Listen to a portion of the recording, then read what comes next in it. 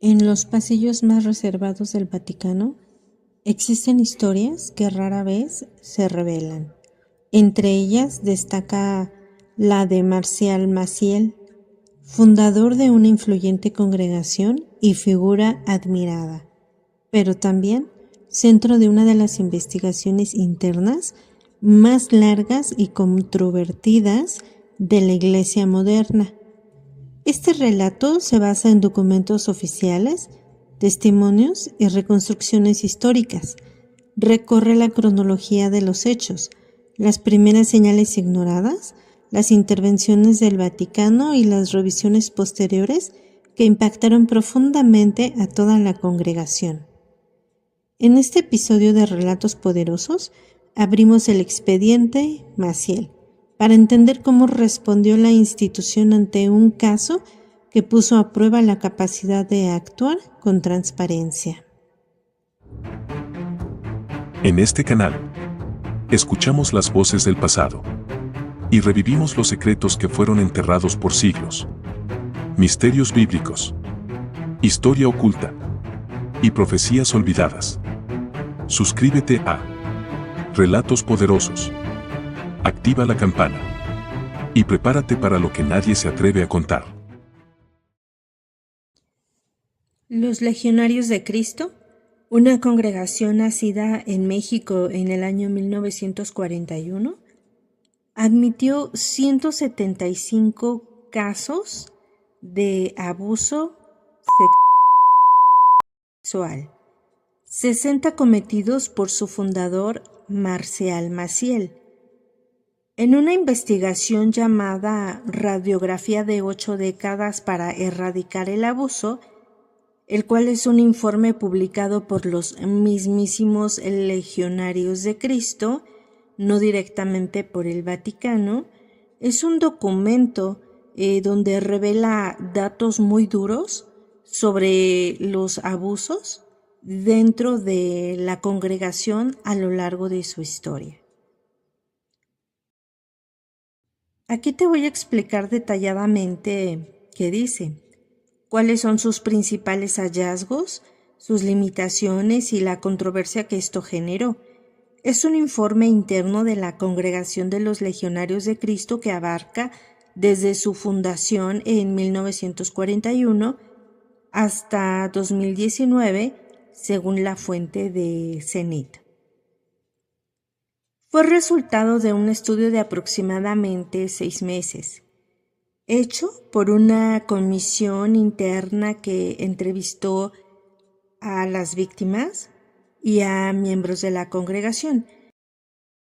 El propósito oficial del informe es conocer y reconocer el fenómeno del abuso de los menores dentro de la congregación y además generar ambientes seguros para evitar que esos abusos volvieran a ocurrir. También incluye un anexo con los pasos que han dado desde el 2015 para la prevención y protección, controles, planes de seguridad y medidas concretas para evitar revictimización. Los datos más relevantes que revela la investigación es el número total de víctimas. Reconoce que 175 menores sufrieron abuso a lo largo de esas 8 décadas. De esos 175, al menos 60 fueron víctimas directas de Marcial Maciel. Como ya mencionamos, el fundador de los Legionarios de Cristo. La mayoría de las víctimas tenían entre 11 y 16 años cuando ocurre el abuso. El resto fueron víctimas de otros 33 sacerdotes de la misma congregación, los cuales también fueron señalados. De esos 33 sacerdotes, 6 ya no están en este plano existencial. 8 dejaron el sacerdocio, 1 abandonó la congregación 18 siguen en la congregación, pero todos están apartados del contacto pastoral con menores. De estos 18, 4 tienen restricciones específicas al ministerio y un plan de seguridad. Los otros 14 restantes no ejercen el ministerio sacerdotal público. El informe no solo denuncia los abusos personales, sino que condena y deplora prácticas institucionales o personales que favorecieron esos abusos. Reconoce que hubo prácticas que pudieron propiciar cualquier forma de abuso. No es solo culpa individual, sino un fallo estructural en ciertos momentos. Como parte de la rendición de cuentas, dicen haber contactado a 13 víctimas directamente y entrevistado al menos a 40 miembros de la congregación para entender las dinámicas internas que ocurrían en ese entonces. Y es que esto es lo más crítico y más delicado del informe, porque sugiere que el problema no solo fue la existencia de sacerdotes abusadores, sino que el ambiente institucional de los legionarios de Cristo, sobre todo en las décadas tempranas, desde 1940 hasta aproximadamente los 90, tenían características que, conscientemente o no, favorecían el abuso y su encubrimiento. Esto es a lo que llamaron un fallo estructural. Para empezar, tenían una estructura interna extrema porque los legionarios tenían un sistema jerárquico rígido, donde la voz del superior era vista como incuestionable, era casi sagrada, lo cual conlleva a una obediencia total, aparte de que los seminaristas vivían aislados del mundo exterior, así que pues no contaban o no tenían acceso a mecanismos reales para denunciar a un superior. En ese ambiente, si un niño o un adolescente decía que el padre lo había tocado, pues su palabra no valía nada, porque el superior siempre tenía la presunción absoluta de moralidad. Otro punto fuerte es que el fundador Marcial Maciel era tratado como un santo viviente. Maciel creó un sistema donde él era intocable. Le llamaban nuestro padre. Era presentado como ejemplo de pureza y sus críticos eran vistos como enemigos de la Iglesia. Durante décadas, cualquier denuncia contra él era descartada automáticamente, blindando al propio abusador más poderoso de la congregación. Dice también que hubo falta de supervisión.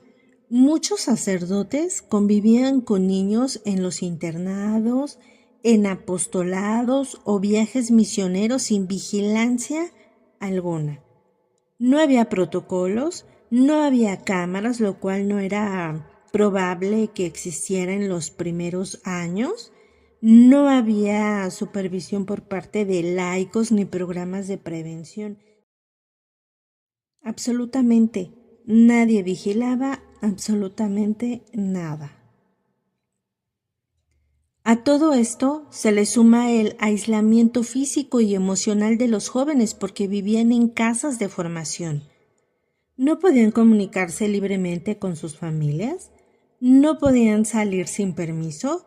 Todo lo que les ocurría debía ser reportado al superior, incluyendo sus dudas o sus miedos. Esto creaba un ambiente propicio para cometer abuso,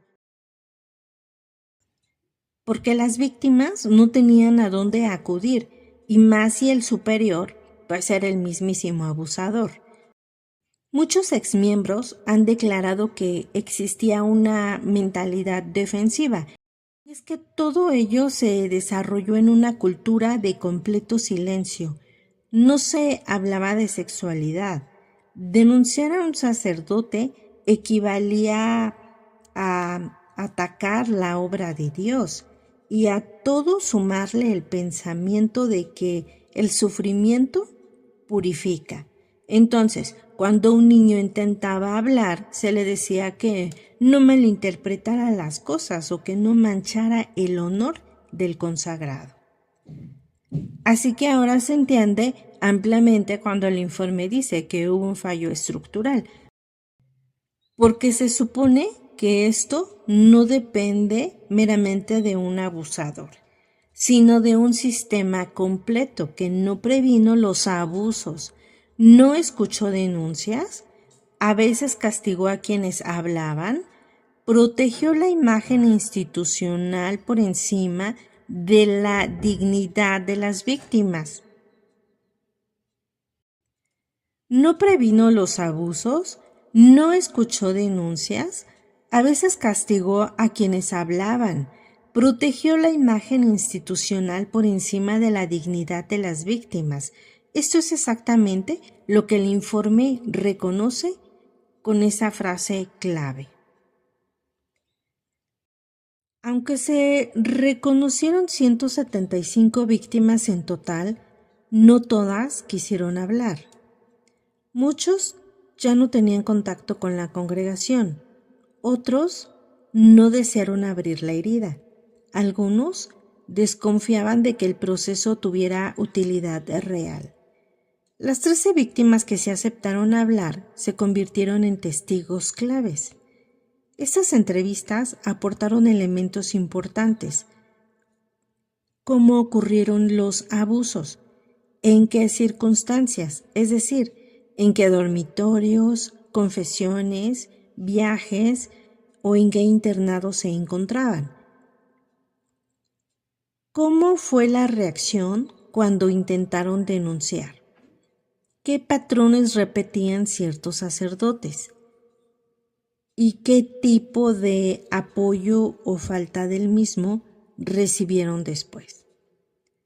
Los testimonios dieron la perspectiva más importante, la de quienes sufrieron directamente la violencia. Aún así, deciden entrevistar ahora a 40 miembros de la congregación. Se supone esto que era para entender las dinámicas internas. Los investigadores necesitaban saber cuál era la cultura institucional, conocer cómo se manejaban las denuncias, identificar patrones comunes a lo largo de las décadas, ver qué tipo de obediencia, silencios o normas no escritas operaban, evaluar si existía encubrimiento consistente o simplemente era negligencia. Los entrevistados incluyeron sacerdotes actuales, formadores de seminarios, exlegionarios, personal administrativo, superiores de distintas épocas. A partir de estas entrevistas, querían descubrir cómo se protegía a los abusadores, quién sabía qué cosas y en qué momento, cómo se trasladaba a un sacerdote acusado. ¿Había presiones para guardar silencio? ¿Qué actitudes culturales permitieron que todo esto ocurriera? Y sí, muchas personas señalaron el mismo patrón. Todo ascendía a la figura de Maciel, y él decidía qué se ocultaba y qué se exponía. Gracias a las entrevistas, el informe pudo concluir que el problema no era incidental ni aislado. Había una red de comportamientos institucionales que facilitó dichos abusos. Existía un sistema de protección a figuras de poder. La cultura interna priorizó la reputación sobre la justicia. En pocas palabras, estas entrevistas fueron esenciales para reconstruir cómo funcionaba realmente la congregación y por qué el abuso persistió durante tantas décadas sin consecuencias. Es importante resaltar que hubo denuncias tempranas, porque desde el año 1956 aparecieron las primeras investigaciones internas. La pequeña congregación de entonces había llevado informes directamente al Vaticano sobre problemas de conducta. ¿Cuál fue el resultado? Que Maciel fue temporalmente apartado, investigado y posteriormente reinstalado hacia fines de los años 50. Testimonios posteriores señalarían que en esa moción investigadora muchos jóvenes no hablaron por miedo o por votos de silencio que les habían impuesto. A partir de los años 70 y con mayor fuerza en los 90, exseminaristas y exmiembros empezaron a denunciar públicamente abusos y conductas de doble vida por parte de Maciel. En 1997, varios de estos exlegionarios hicieron públicas sus acusaciones, enfrentando entonces la incredulidad institucional y la presión interna para retractarse. En 1998, 8 miembros de los Legionarios de Cristo, provenientes de México, España y Estados Unidos, presentaron acusaciones formales contra Marcial Maciel ante la Congregación de la Doctrina de la Fe, la CDF, presidida entonces por el cardenal Joseph Ratzinger, futuro Papa Benedicto XVI. Las acusaciones incluían abusos de menores seminaristas, manipulación espiritual, uso de drogas, castigos psicológicos, abuso de poder, entre otros. Este momento fue crucial. Por primera vez, las denuncias contra Maciel llegaban de manera oficial al organismo de la Santa Sede encargado de investigar delitos graves. Los denunciantes presentaron un expediente de 60 páginas que incluía fechas, lugares, testigos y patrones repetidos durante décadas. Tras la presentación del caso, la investigación sí existió, pero avanzaba extremadamente despacio. Esto creó la percepción y en algunos casos la certeza de que había presiones internas para frenarla. Estos fueron los factores clave. El contexto dentro del Vaticano favorecía el silencio, ya que a finales de los 90 la Iglesia no tenía un protocolo claro para investigar abusos cometidos por fundadores de instituciones poderosas. Además, Maciel era cercano a figuras influyentes de la curia. Tenía una enorme red de donantes millonarios. Los legionarios manejaban desde universidades, colegios, medios, revistas y seminarios con enorme visibilidad. Esto generaba una especie de zona de intocabilidad. Se tocaba a Maciel y se desplomaba una estructura gigantesca. Los legionarios tenían mucho poder económico y político. Durante esas décadas financiaron seminarios en Roma, hacían donaciones millonarias a la Santa Sede, tenían acceso directo a papas y cardenales, ofrecían becas y viajes para miembros del Vaticano. Este soporte económico creó la percepción de que investigar a Maciel era políticamente riesgoso. Varios cardenales que conocían a Maciel o que admiraban su éxito vocacional defendían su inocencia. Otros querían investigar pero enfrentaban resistencia. Incluso la prensa católica de la época registró rumores de que miembros de la curia frenaban expedientes para no manchar la reputación de un fundador famoso. Así que por eso las investigaciones no avanzaban y había silencios prolongados. Durante esos años, los denunciantes fueron llamados mentirosos, acusados de buscar dinero, amenazados con demandas, desprestigiados por sitios católicos conservadores. La Iglesia en ese momento no actuaba con la rapidez que hoy exige la opinión pública. Antes del año 2000, la Iglesia no tenía la urgencia de transparencia. En el 2004, algo dentro del Vaticano cambió radicalmente. Joseph Ratzinger decide intervenir personalmente.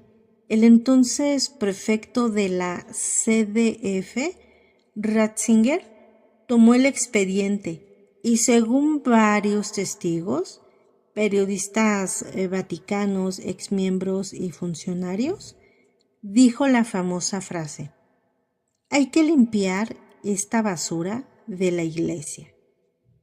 A finales del 2004, durante el Viacrucis en Roma, Ratzinger hizo reflexiones públicas sobre la suciedad dentro de la Iglesia.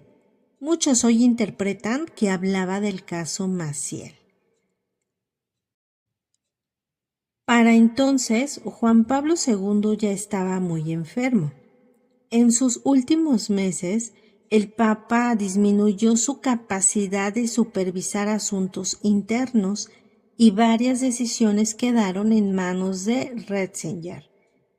Con la resistencia interna debilitada, Ratzinger ordenó reabrir formalmente la causa contra Maciel. Entre el año 2002 y 2004, el Boston Globe destapó la crisis de abusos en Estados Unidos. Varias víctimas de los legionarios hablaron ante medios internacionales. El silencio del Vaticano comenzaba a verse insostenible.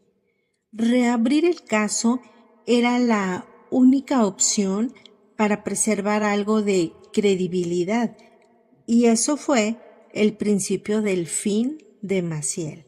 Tras reabrir el caso el 19 de mayo del 2006, el Vaticano publicó un comunicado oficial que instruía a Marcial Maciel a retirarse a una vida de oración y penitencia, apartándolo del ministerio público. No fue un proceso judicial civil, fue una sanción eclesiástica que implicó su confinamiento en retiro y la prohibición de ejercer públicamente como sacerdote. Las acusaciones no terminaron con el retiro. En 2009, el Vaticano ordenó una visita apostólica a las instituciones de la Legión de Cristo. 5 obispos de distintas regiones fueron nombrados para estudiar la estructura, los programas formativos, las finanzas y la cultura de la congregación. En mayo del 2010, la Santa Sede emitió un comunicado severo que calificó las acciones de su fundador como actos muy serios, objetivamente inmorales, y ordenó una revisión profunda y la designación de un delegado papal para reformar la orden.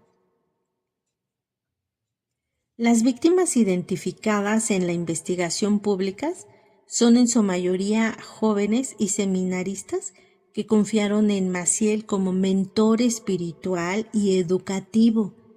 Testimonios recogidos por periodistas e informes eclesiásticos describen patrones, manipulación psicológica, abuso, promesas o amenazas que aseguraban el silencio, y una cultura institucional que favoreció la confidencialidad sobre la protección de los más vulnerables.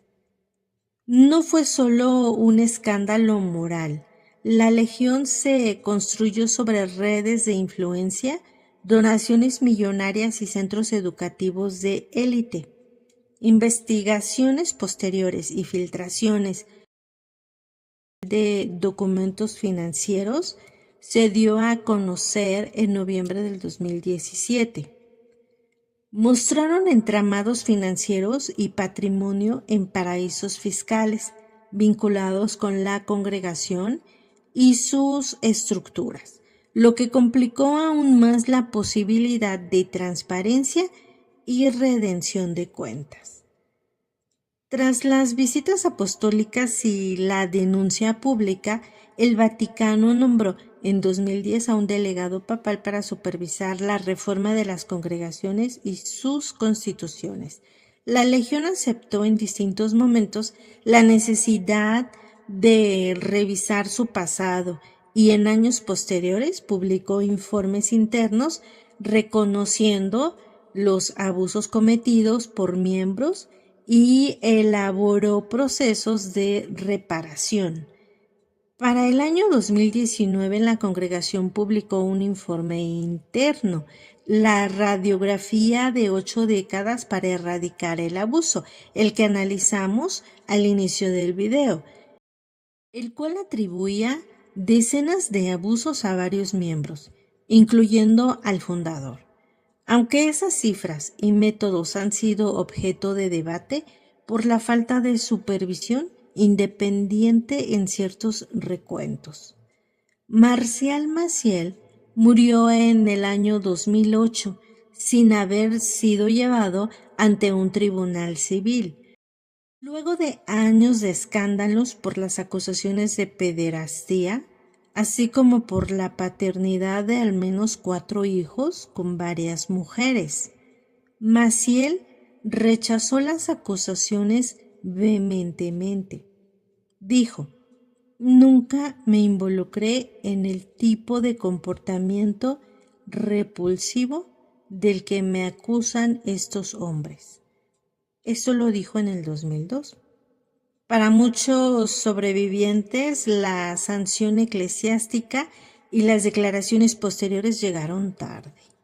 El caso dejó un legado complejo: reformas eclesiásticas, una mayor conciencia mediática y también la dolorosa pregunta de cuánto poder financiero y político puede proteger a un abusador durante décadas. El caso Maciel no es una historia aislada, es un espejo que revela cómo estructuras de autoridad, carisma y dinero pueden silenciar a los más débiles. Donde hubo poder, hubo también mecanismos de protección. Donde hubo fe, hubo también traición. Y donde hubo víctimas, queda la responsabilidad de escuchar, reparar y garantizar que la verdad no puede volver a esconderse, porque entonces solo quedará la impunidad. ¿Qué te pareció este relato? Cuéntamelo en los comentarios. Ya sabes que me encantaría saber tu opinión. Si este video despertó tu curiosidad, regálanos tu like, suscríbete a Relatos Poderosos y activa la campana para más notificaciones, porque aún quedan muchos secretos por revelar. Comparte el enlace con alguien que también se atreva a descubrir lo que otros prefieren callar, porque recuerda, las respuestas están ocultas en los relatos que nadie se atreve a contar.